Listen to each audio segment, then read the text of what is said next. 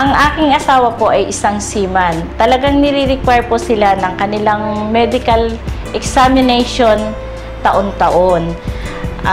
Lately na lang po na ni-require po sila na examination nila para sa Hepa B. At na-surprise po kami nang nalaman namin na reactive po pala sa kanya ang Hepa B. Nag-second opinion po kami sa ibang doktor and then sinabi na wala nang kagalingan ang Hepa B. Last November po, nagkaroon po uli siya ng medical examination bago po siya umakyat uli ng barko.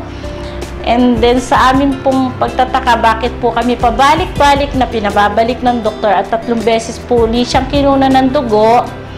At nang tinanong namin po ang doktor kung bakit, sinabi po sa amin na non-reactive na yung kanyang Hepa B. Tinanong po kami ng doktor kung anong tinitake niya. At sinabi po namin na complete plus yung white light para po sa liver. And then lately po yung ating C24/7. Naniniwala po kami na sa produkto ng AIM Global ay walang imposible.